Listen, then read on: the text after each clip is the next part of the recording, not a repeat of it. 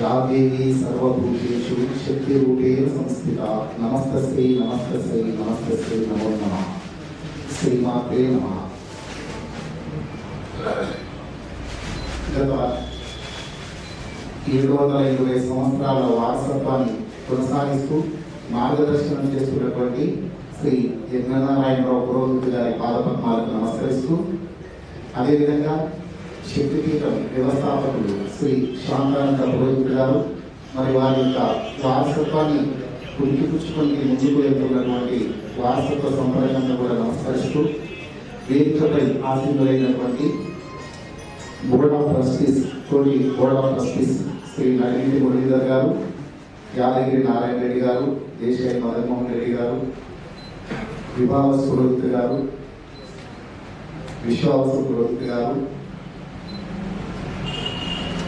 తర్వాత ఈనాటి కార్యక్రమానికి చేసినటువంటి పెద్దలందరికీ కూడా శక్తిపీఠం తరఫున సాధారణంగా ఆహ్వానిస్తూ, మరి మన యొక్క శక్తిపీఠం ప్రతి సంవత్సరం కూడా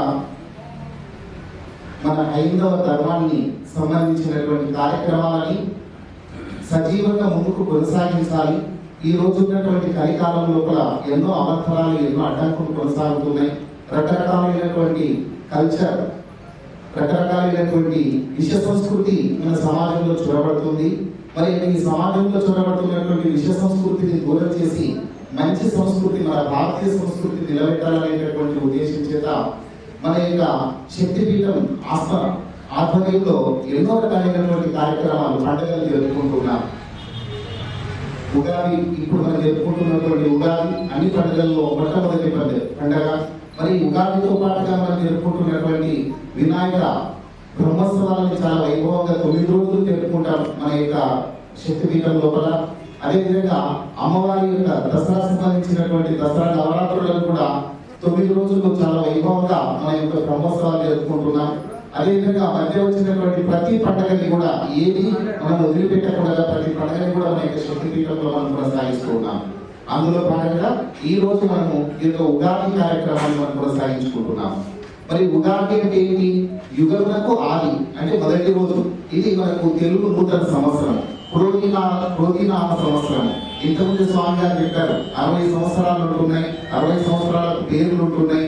మన యొక్క గణన అనేటటువంటిది, మన పంచాంగ గణన అనేటటువంటిది మన ఋషి సంతతి చాలా గొప్పగా నిర్మాణం చేసి పెట్టారనమాట. రాబోయే ఎన్నో సంవత్సరాల వరకు కూడా ముందుగానే ఏం జరుగుతుంది అనేటటువంటి విషయాన్ని ముందుగానే నిర్మాణం చేసి పెట్టారు, తయారు చేసి పెట్టారనమాట. అందులో భాగంగానే మనము పంచాంగం అనేటటువంటిది లేకుండా ప్రతిరోజు ఏ కార్యక్రమం చేయాలన్నా మనం పంచాంగాన్ని చూస్తాం. పంచాంగాన్ని ఆలోచించి మనం ముందుకు అడుగులు వేస్తుంటాం. శుభ సమయాలు, అశుభ సమయాలు, శుభ దినాలు, అశుభ దినాలు, ఇట్లా అనేక రకాలుగా ఉంటున్నాయి. మరి వీటినన్నింటినీ కూడా మరి మన మహానుభావుడు ఆ యొక్క తపశక్తి చేత ఎంతో నిర్మాణం చేసి పెట్టినటువంటి ఉన్నాయి. అందులో భాగంగానే ఇప్పుడు మనం చెప్పుకుంటాం, పలానా రోజున చంద్రగ్రహణం ఉంటుందంటే ఖచ్చితంగా సమయానికి ఖచ్చితంగా చంద్రగ్రహణం జరుగుతుంది.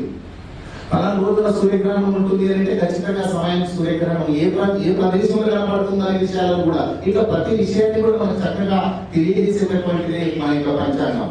అయితే మన కాలగణనం ఇట్లా ఉన్నప్పుడు మనం నిత్య జీవితం లోపల కూడా మన కాలగణనాన్ని మనం గమనించాలి, వాటిని మనం ఆచరించాలి, పాటించాలి అని చెప్పేసి. అయితే ఉదాహరణకు మనం జరుపుకునేటటువంటి పిల్లల యొక్క బర్త్డేలు జరుపుకుంటుంటాం, తర్వాత మ్యారేజ్ డేలు జరుపుకుంటుంటాం, ఇక అనేక రకాలైనటువంటి డేలు జరుపుకుంటాం. అయితే ఈ బర్త్డేలు అనేటటువంటివి నేను ఇదివరకు కూడా ఒకసారి చెప్పాను. బర్త్డేలు మనం ఇంగ్లీష్ కాలమానం ప్రకారంగా కాకుండా మన యొక్క హైందవ కాలమానం ప్రకారం జరుపుకోవడం సమంజసం అని చెప్పేసి. ఎందుకోసం అంటే ఇప్పుడు ఇంగ్లీష్ కాలమానం ప్రకారం చూస్తే సూక్ష్మాతి సూక్ష్మ సమయం ఆ యొక్క దాన్ని గమనిద్దాం. సూక్ష్మాతి సూక్ష్మ సమయం ఎంత ఉందో తెలుసా? గంటలని నిమిషాలని సెకండ్ విభజించారు. సెకండ్ కంటే తక్కువ లేదు బ్రిటిష్ కాలమానం ప్రకారంగా. కానీ మన హైందవ కాలమానం ప్రకారంగా భాస్కరాచార్యుడు అనేటటువంటి ఋషి, ఆ భాస్కరాచార్యుడు గణన చేసింది ఎంతో తెలుసా? ఒక్క సెకండ్ ని 33,750 త్రుటులుగా విభజన చేశారు. 33,750 త్రుటులు అన్నాడు ఒక్క సెకండ్ ని కూడా. మరి దాన్ని ఏ విధంగా చేశాడు అని అంటే ఆయన సూత్రం ఏం చెప్పాడంటే శతపత్ర సూచి న్యాయం చొప్పున అన్నాడు. శతపత్ర శుచి న్యాయం అంటే శతపత్రములు, శత అంటే 100 పూరేకులు తీసుకొని, పత్రం అంటే పూరేకులు, 100 పూరేకులు తీసుకొని ఒకటి 100 పేర్చి ఒక కొత్త సూది తీసుకొని ఇవి ఖచ్చితంగా పడిస్తే అది ఒకేసారి రంధ్రం పడ్డట్లు అనిపిస్తుంది మనకి. కానీ ఒకేసారి రంధ్రం పడవు కదా, ఒకదాని తర్వాత పడుతుంది కదా ఒకేసారి కూర్చుంటే కూడా. కాబట్టి ఆ పూరేకుల మధ్య జరిగే గ్యాప్ త్రుటి అన్నారు అనమాట. అందుకే మనకి ఎప్పుడైనా ప్రమాదాలు అయితే దేవుడు పత్రికలు వస్తున్నాయి, త్రుటిలో తప్పిన ప్రమాదం అని చెప్పేసి. కానీ సెకండ్లో తప్పిన ప్రమాదం రాయట్లేదు, త్రుటిలో తప్పిన ప్రమాదం అంటారు. ఆ త్రుటి ఎంత అంటే మళ్ళీ ఒక సెకండ్. ఇంత సూక్ష్మ కాలాన్ని మన సిస్టంతోని తయారు చేసి పెట్టారు అనమాట, గమనించి పెట్టారు. మరి మహాకాలం ఎంత అంటే మన బ్రిటిష్ కాలం ప్రకారం అయితే లీవ్ సంవత్సరం, 4 సంవత్సరాలకు ఒకసారి ఫిబ్రవరి 29 వస్తుంది. అది లీవ్ సంవత్సరం, అదే పెద్దదని అనుకుంటాం. కానీ మన వాళ్ళు తయారు చేసింది ఏంటంటే యుగాలు ఉన్నాయి మనకు, 4 యుగాలు: కృత, త్రేత, ద్వాపర, కలియుగము 4,32,000 సంవత్సరాలు. మరి దానికంటే ముందున్నటువంటి ద్వాపర యుగం దానికి ప్లేస్ చేసుకోవాలి 8,64,000 సంవత్సరాలు. మరి దానికంటే ముందున్నటువంటి సంవత్సరము కృతయుగం, త్రేతాయుగం. ఆ త్రేతాయుగానికి 4,32,000 యాడ్ చేసుకోవాలి. ఆ తర్వాత దానికంటే ముందున్నటువంటిది కృతయుగం. ఇట్లా ఈ 4 యుగాలకు సంబంధించినటువంటి సంవత్సరాలని పూర్తయితే ఒక మహాయుగం అవుతుంది. ఇట్లా మహాయుగాలు ఎన్నో యుగాలను మన వాళ్ళు లెక్కలు చేసి పెట్టారనమాట. కానీ బ్రిటిష్ కాలం ప్రకారం అంత లేదు. అదేవిధంగా ఇప్పుడు మన యొక్క బర్త్డేలకు సంబంధించిన విషయాలకు వస్తే ఇప్పుడు ఫిబ్రవరి 29 వస్తుంది, 4 సంవత్సరాలకు ఒకసారి. మరి ఫిబ్రవరి 29 నాడు పుట్టిన వాడు బర్త్డే ఎప్పుడు చేసుకోవాలి? 4 ఏళ్ళకు ఒకసారి చేసుకోవాలి. ఇది సమంజసమేనా? మరి సంవత్సరం చేసుకోవాలి కదా. అదేవిధంగా 400 సంవత్సరాలకు ఒకసారి ఫిబ్రవరి 30 వస్తుందట.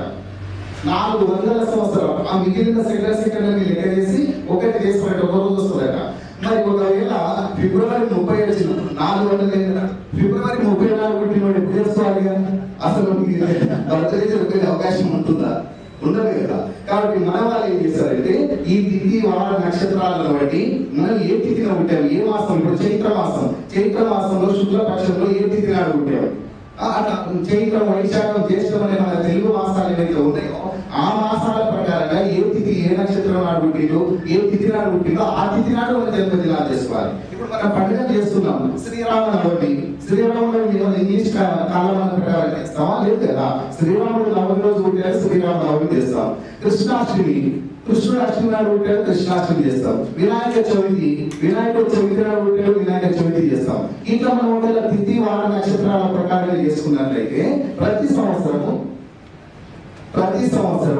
మన యొక్క ప్రతి సంవత్సరం జన్మదినాలు జరుపుకోవడానికి అవకాశం ఉంటుంది. కాబట్టి ఆంగ్ల కాలం ప్రకారం చేసుకున్నట్లయితే ఆ ఫిబ్రవరి మాసాన్ని మనం ఉదాహరణకు తీసుకున్నాం కదా, కాబట్టి అట్లా ఉంటుంది. అందుకే మనము ప్రతి సంవత్సరం కూడా మనం జరుపుకోవాల్సినటువంటి మన పిల్లల యొక్క జన్మదినాలను ఎట్లా జరుపుకోవాలి అంటే ఈ విధంగా మన తిథి వార నక్షత్రాలను ఒకవేళ ఇది వరకు తెలిసే ఉంటుంది మన పిల్లలకి, తెలియకపోతే ఇప్పుడైనా అయ్యేదాన్ని ఆ డేట్ అది చెప్పేస్తే పుట్టిన తేదీ అయితే వాళ్ళు తిథి వార నక్షత్రాలు చెప్తారు. ఆ దాని ప్రకారంగా మనం కనుక మన యొక్క పిల్లల యొక్క జన్మదినాలను జరుపుకుంటే బాగుంటుంది. ఇట్లా మనకు పంచాంగాల్లో ఎన్నో విషయాలు మనం తెలుస్తూ ఉంటాయి. కాబట్టి మన పంచాంగాలను మనం ఆచరించాలి, మన పంచాంగాలను మనం పాటించాలి, ఈ యొక్క సంప్రదాయాన్ని ఇలాగే కొనసాగించాలని తెలియజేస్తూ ఈ అవకాశం ఇచ్చినటువంటి పెద్దలకు ధన్యవాదాలు తెలియజేస్తూ ముగిస్తాను. శ్రీమాత్రే నమః, శ్రీమాత్రే నమః, శ్రీమాత్రే నమః.